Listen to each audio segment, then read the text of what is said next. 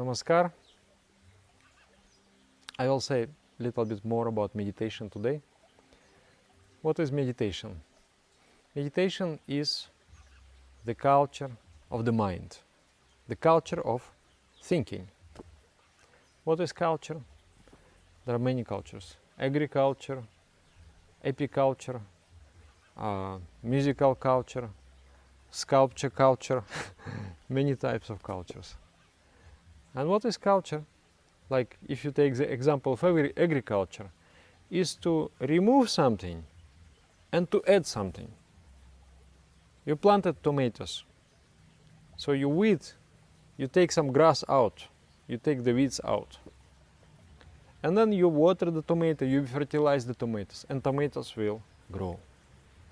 So similarly, meditation as the culture of the mind is to remove some thoughts which are harmful, which drains our energy and keeps us in a low vibrational level. You remove those just like weeds, and then at the same time you cultivate the higher thoughts. Some person may object and may say that according to Patanjali, the founder of yoga, yoga is yoga chittavriti nirodha. It means the suspension of the mind is yoga. When the mind is functionless is yoga. But nirodha is not like that. Being in coma, you're also functionless. It is also the vrittis are suspended. There is no vritti, there is no expression through vritti. There is no expression through thought in the mind. But that's not the state of yoga. But rather, meditation is culture of ascending from crude thoughts to the subtler thought, to even subtler thought, to the subtlest thought. And that subtlest thought is being thoughtlessness. That the mind becomes so subtle that there is no perceivable movement. And that is termed as samadhi. So better definition, tantric definition of yoga is not yoga chittavriti nirodha, the suspension of the mind is yoga. Because there are many suspensions of the mind, coma, deep sleep, etc. But there is no yoga there. Yoga is unity. Sam yoga, yoga, ityukta jivatma paramatmana. The unity between soul and cosmic soul is yoga. So it is a culture. You weed out the thoughts. One teacher was explaining about meditation and about spirituality, about spiritual endeavor. Taking the example of rice, like there is a box with a little bit small plants, little grown plants, the what you call it, the seedlings, and then the farmer takes those plants and puts them into the soil, and that is meditation. You take your mind out of the crude world, out of the crude occupations, and put into the soil of spirituality. The mind was thinking small things, futile things, and now it is thinking something great, something big. That is spirituality. That is essentially yoga, is a process of yoga. And then there is a slow change in the quality, in the wavelengths of the mind. The mind is a wave. So when the waves are colliding, let's say there is a wave of the mind, and then there is the wave of the object. So you perceive an object, there is a collision of the waves are colliding. So that perception, if you are perceiving a crude object, the mind, as a result of that perception, becomes cruder. Similarly, if the mind collides with the subtler wave, the subtler thought, as a result, mind itself becomes subtler. So that's all about it. Changing the nature of the mind by accepting subtler and subtler thoughts. In theory it's very good and easy, and but in practice I don't want to think subtle thoughts. I want to think bad thoughts, crude thoughts, especially if there is a habit. The mind runs to those objects which it is accustomed to enjoy. And then subtle, to enjoy the subtle things, you have to become subtle. The crude mind cannot enjoy the subtle things. Even the subtle things are much happier, better, but the crude mind cannot enjoy them. So the crude mind is repulsed from the subtle things, feels not good about the subtle things, and it turns to the crude things. So it's a kind of vicious circle. I don't want to think about subtle things, I want to think about crude things. Another thing, so one way to approach is through the willpower. I'm not going through discipline. I'm not going to think that. I'm going to think that. And for that, the principles of Jama and Niyama are there.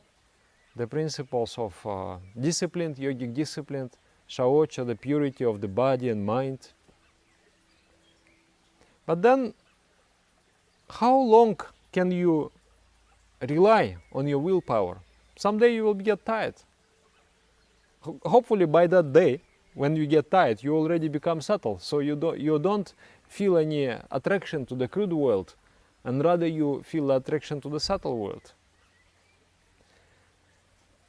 I will give another metaphor. Another metaphor is gliding over the air, like a paraplane. You know paraplane? Or the deltaplane? Or the birds. You know, the birds are hovering in one place and they're not flapping the wings. They're just like that. And they are gliding over the air. And they're in that place because there is a flow, upward flow. And it is so easy to be there, airborne. So similarly, in meditation, there is this uprising flow, the current of air that moves you upward. In individual meditation, when you sit, it is says in Tantra that when the mind is scattered, when the prana is scattered, the vital force, when the intellect thinks so many thoughts, you cannot achieve the success. You cannot achieve success. So you have to focus your mind, you have to calm your prana, the vital energy. Vital energy means your body has to become calm and your breathing has to become very calm. And then you achieve the concentration. Concentration is the main thing. Once you have achieved the concentration, then that upward current is created. Simply what you need to do is to focus, you reach a very strong concentration. And then as you reach that state, and then you repeat the mantra inside, the mantra, the vibrational force of the mantra, when you repeat it with concentration, will create the upward current. On that current, your mind will glide upwards. It will, and then you can hover in the higher realm without making any effort. In that state, the mind automatically doesn't want to think anything crude, anything harmful. Rather, mind enjoys a very subtle state. The mind enjoys very subtle thought. Meditation opens the doors and the windows of the mind for the progress and we need progress also. It's not only spirituality, but in mundane world also. The golden path is the middle path. You cultivate your physical reality, you cultivate your material life, you cultivate your spiritual life, and in between them there is a golden path, the middle path. You cannot totally ignore the world, you cannot totally ignore the spiritual world. It's both are going to, if you ignore the material world, that's going to be later a problem. If you ignore the spiritual world, also is going to be later a problem. So we have to maintain both. So in both the progress in material sphere, both in progress in spiritual sphere, you need energy. Sometimes you feel the energy of you are not moving. You are doing so many things, just like cockroaches, moving very fast, doing nothing. You are doing so many things. No progress is done. And that is a frustration inside. You feel that I'm not moving. I'm just like a bull moving around the oil mill. Around and around and around and around 50 kilometers per day, but there is no movement actually. Just like a squirrel in the wheel. You're moving and moving and moving and moving. There is nothing is done. And for that, you know that, you feel that inside. But you don't know how to move. You have no idea, or you have idea, you have no energy. So for that, you need to catch upward current. And it's very simple. It's concentration. You sit, even now, if you sit very seriously, very, very seriously, you sit with a firm determination, just like Buddha took a firm determination. He said, "Ihasaneshus hiatu meshariram tvagastimam sampralanchi jatam aprabhya bodhirsha takapakalam naivasanacha leshitimi shariram." It means that let this body dries up. Even if this body dries up, even this flesh and skin and bones destroy themselves in this pursuit, even if I have to sit for millennia until I reach the final enlightenment, this body will not move from this position. What a serious thought. He thought that, okay, I'm going to do like this. And then he sat. And then he sat there. He was sitting for a long time, and then he reached. Then he became. What a person he became. You know that in our culture, there were many Einstein, Newton, and Mozart, and Bach, but first and foremost is spiritual leaders like Jesus Christ, like Buddha, Shiva, and Krishna. They have impacted the human society the most. What power they got? From sitting. From nothing doing. You sit there. Out of ordinary, you become extraordinary. That is the upward current. The flow of air, the flow of energy lifts you up. You glide on that flow. So if you want to experience that, nothing needed. You sit and focus your mind. You sit with that mood, with that attitude. I am going to focus my mind very hard. And really I'm going to focus. And with that focused mind, you repeat the mantra. That mantra is going to fill up your sails. And then you're going to sail towards the divine world. That is another thing. Also, very important, search for the places where there is already upward current is created. Like people who have created in themselves that type of energy, that type of flow. If you sit, if you come in my room and I meditate, maybe you will also like to sit and meditate together with me, because I sit there with concentration and beautiful sweet flow.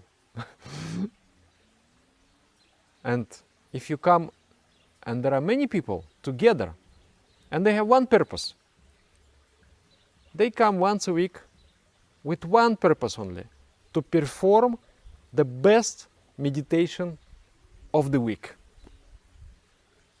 So the entire week they have been practicing, preparing themselves. And then once a week they come with a seriousness to sit just like Buddhas there.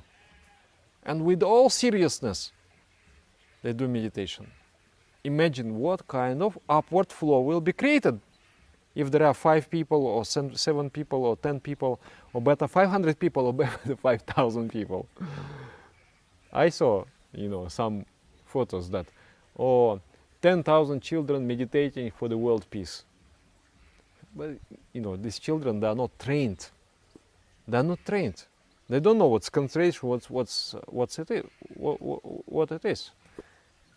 If they are trained, those 10,000 is enough to change the world. There will be such a amazing upward flow. Everybody got high, I will get high. There will be so many extraordinary personalities born in that process. Yeah. 10,000, 100,000, the more the better. And the more trained they are, the better. The more disciplined they are, the better.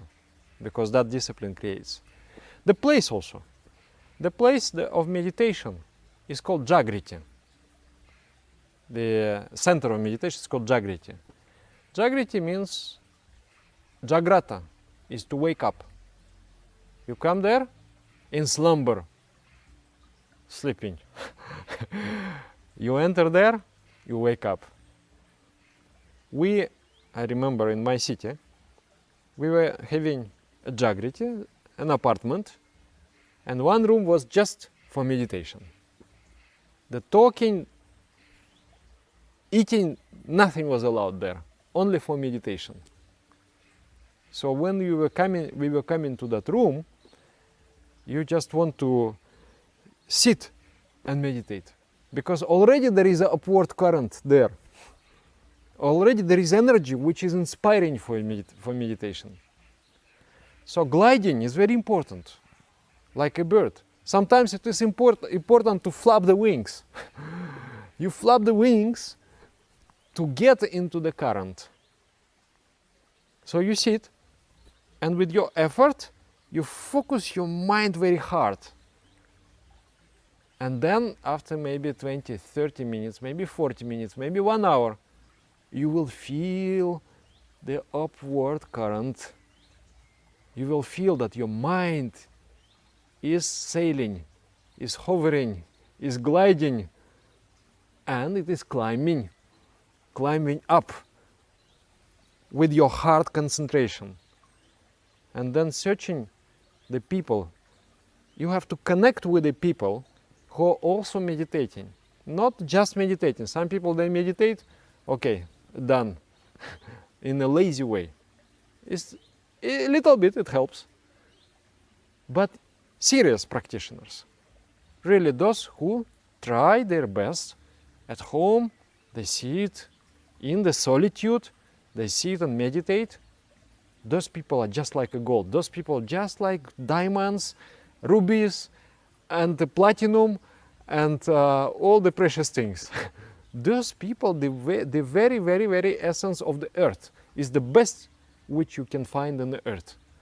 So try to connect with that kind of people, serious people. You yourself maintain that serious atmosphere. The spiritual gathering for collective meditation is not to socialize, is not to talk and ha he he to eat and all these things. Not for that. It is for the serious practice. This is your highest meditation of the week. So you come there with that preparation, with that mind. I'm going to now make the spiritual progress. You will see. Myself, I have to do a lot of work, different work. Apart from recording videos, there are many areas I have to do. I sometimes get tired, but collective meditation, I glide, I come, I climb. And then, interesting, it's just 15 minutes ago, I was thinking that I'm dissatisfied, not making progress, not moving anywhere. And then, while we are singing mantra, preparing for meditation, already the doors and windows of the mind opening. Okay, I'm going to do that, I'm going to do that, I'm going to do that. Just like, pff, pff, pff. I'm not thinking those things because I'm thinking the mantra actually. I'm concentrating, but just I'm recognizing this window opened, that window opened, just thought. And I recognize that thought. And I know that energy is there. Energy has come to me to do that work. Wow, it's wonderful. It's wonderful. And yeah, sometimes also I meet with other teachers of meditation, like in the pre-COVID era, we used to meet in Taiwan, and we, like 20, 25 teachers of meditation, we come together and we meditate, and then we do some meetings, this and that. And then the culmination is we go and we do something we call Guru Pudja. Guru Pudja is a sort of like offering to Guru. Offering to Guru, you offer your the colors of your mind. Means your attachments, your desires, your repulsions, everything. You want to become completely pure. You offer to Guru, and at the same time, the Guru, which is in the absolute sense is the Supreme Consciousness, blesses you. I don't know. I find very powerful that practice, that exchange between you and the Supreme Consciousness, and we do collectively with a very serious mind. And then I just feel like, okay, Sadhananda, you are blessed now. Go do your work. I feel like I got a seed of progress in me, and then I go do the work. So meditation is the culture of the mind. Like, yeah, we like the material culture, you know? Beautiful houses, nicely cut grass on the lawn, and the roads, everything. We like that, you know, it's proper. Nobody will deny the importance of material culture. Nobody likes to live a chaotic life. Well, what about the mind? But to the mind we don't pay attention so much.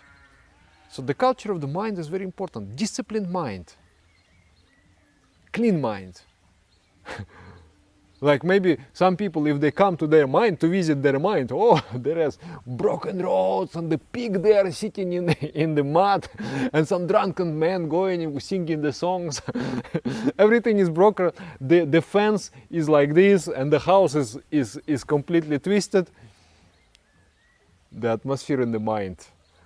I'm making a joke and I'm making it like a metaphor. So as in material sphere we like everything proper, so in the mind everything has to be proper. The mind has to become disciplined and high, gliding very high. So for that we need to catch the upward current. Upward current. And how to catch? By focusing, thus you create the current in you. And then find the people who are also focusing. And some people, they don't, let's say, some person, he is not meditating right now, this moment, he is not focusing. Maybe he is cooking some. And maybe even he is shouting in someone, scolding someone. But that person already has created the upward current. He is the flow, or she is the flow. One of my friends, she sometimes likes to scold people. What are you doing? This is not proper. And but when she's scolding, I feel so sweet, no?